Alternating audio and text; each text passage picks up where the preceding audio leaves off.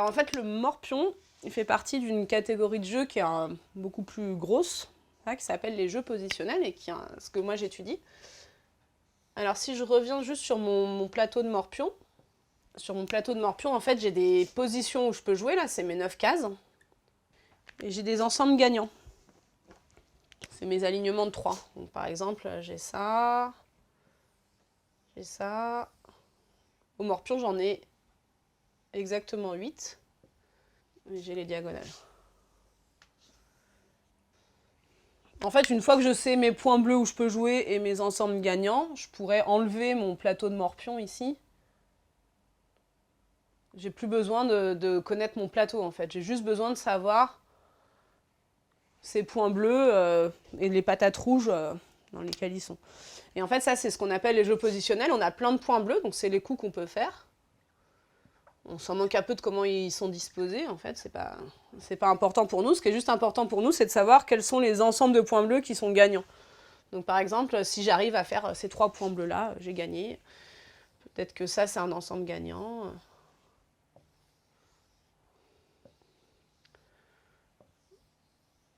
Voilà. Et donc, en fait, ça, c'est ce qu'on appelle un hypergraphe. Donc, c'est des patates comme ça, avec des points bleus dedans. Et ça, c'est notre plateau de jeu, en fait, il est comme ça maintenant. Et du coup, après, les joueurs, ils jouent exactement comme un morpion. Ils choisissent un point et puis ils vont mettre soit un rond, soit une croix sur chaque point. Et ils vont jouer comme ça jusqu'à temps qu'il y ait un ensemble, une patate rouge qui soit remplie. Il y a une patate avec que 2 points, ça... Il y a une patate avec que 2 points, typiquement, si rond il joue sur une patate avec que 2 points, croix, il va falloir qu'il réponde vite sur l'autre point pour empêcher de remplir. Et donc, quand est-ce que le jeu il se termine? Alors là, on a 2 conventions un petit peu qui vont se faire face à face. La première convention, c'est la plus naturelle, c'est celle avec laquelle on joue au morpion, c'est que chacun veut remplir sa patate. C'est le premier qui a rempli une patate qui a gagné.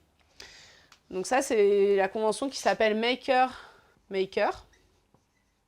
Parce que les 2 joueurs essayent de faire une patate. Et c'est le premier qui fait une patate qui a gagné. Donc c'est vraiment les règles du jeu du morpion au départ. Les ronds et les croix essayent tous les 2 de faire un ensemble gagnant et d'être le premier à le faire. Alors on peut déjà, un résultat général qui existe, qui est assez joli, c'est que le deuxième joueur, il n'a aucune chance d'y arriver.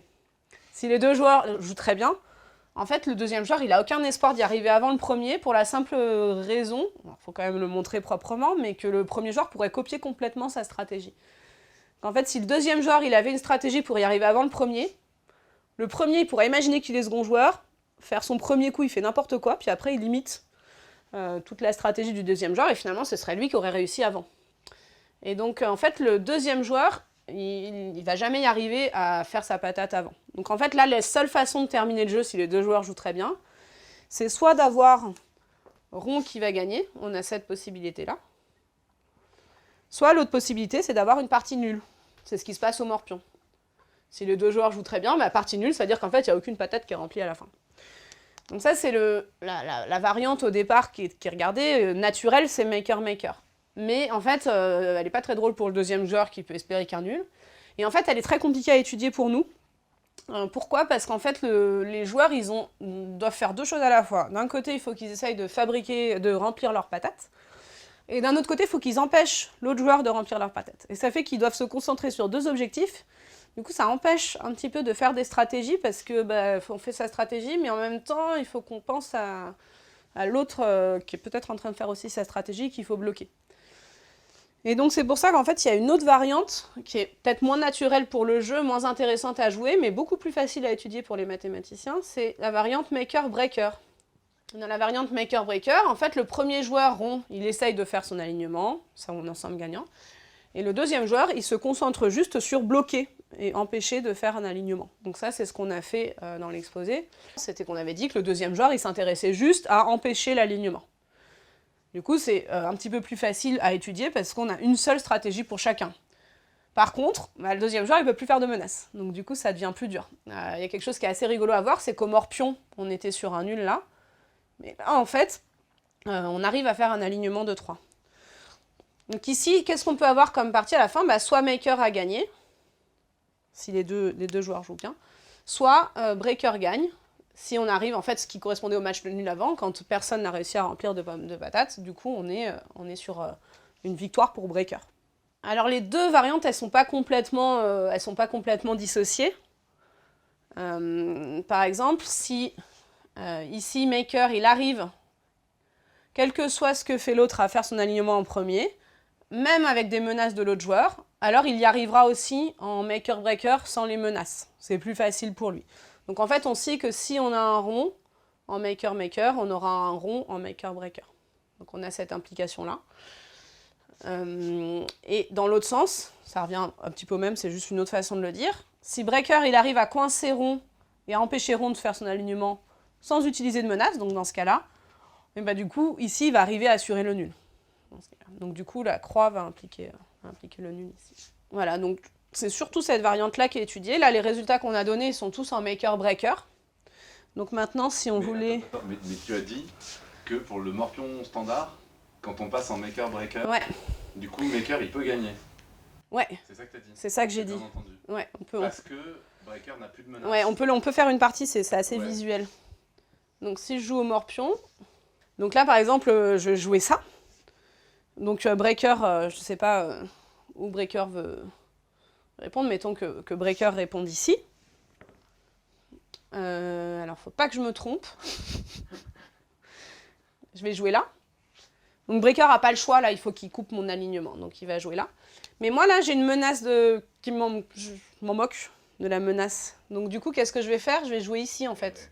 Et du coup, là, je fais une double menace pour le coup. Et breaker peut pas coincer les deux. Alors, il peut jouer là, mais il gagne pas en jouant là. Parce que lui, il gagne que s'il m'empêche de gagner. Et donc, du coup, j'arrive à faire mon alignement de 3. En fait, ça implique... Mon dessin, il n'est pas super, mais ça implique... Et là, c'est une application comme ça. Mais dans l'autre sens, c'est pas vrai. Par contre, on n'a pas... Là, c'est... En morpion, par exemple, on est ici et ici. Donc, en fait, on n'a pas du tout ça. Ça, c'est faux. Par contre, pour le N en ligne, là, ça ne change pas grand-chose, en fait. Donc là, on est en... Ça, c'était ce qu'on avait montré en maker-breaker. Si je veux faire la même colonne en maker-breaker, la même analyse.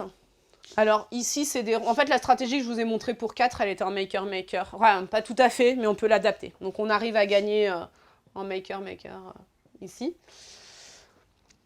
Et là, c'est ce que j'ai dit ici. Hein. Croix, ça implique nul. Donc en fait, là, c'est des nuls. Oui, j'empêche l'autre de faire l'alignement, j'utilise pas mes menaces. Donc j'aurai en plus le pouvoir de faire des menaces. Ça, c'est toujours ouvert. Et en fait, ça, c'est ouvert aussi. Alors, c'est assez rigolo. La preuve algorithmique, là, elle marche pour 15 par 15 en maker-maker. Par contre, on ne peut pas vraiment la généraliser facilement sur l'infini parce que peut-être que l'autre fait des menaces qui sortent du plateau. Donc je vais peut-être devoir jouer en dehors du plateau parce que le joueur a fait des menaces ici. Bon, on pense quand même que c'est rond, hein, mais c'est pas direct. Parce qu'on pourrait faire des menaces qui sortent du plateau. Et moi, j'étudie des patates comme ça. Et ouais, alors par exemple, il y a quelqu'un qui a montré, un doctorant qui est à Grenoble, Florent Gaillot, qui a montré que si les patates, elles avaient toutes une taille 3, on peut déterminer, alors on a un algorithme qui est efficace pour dire qui c'est qui va gagner. Est-ce que ça va être le premier joueur, est-ce que ça va être maker ou ça va être breaker qui va gagner. Et nous, on essaye de voir avec des patates qui ont des formes un peu particulières quand même, qui ont des connexions entre elles, est-ce qu'on peut dire des choses comme ça sur... Alors les patates à 2, c'est assez facile de décider qui va gagner. Les patates à 3, du coup, ça vient d'être montré. Les patates à 6, c'est très compliqué. C'est P-space complet. C'est-à-dire que là, ça explose. On ne sait pas faire un algorithme qui, je te donne un ensemble de patates quelconque, mais qui sont de taille 6, va te dire si oui ou non il y a une solution. Qui c'est qui va gagner? Il ne pourra pas décider.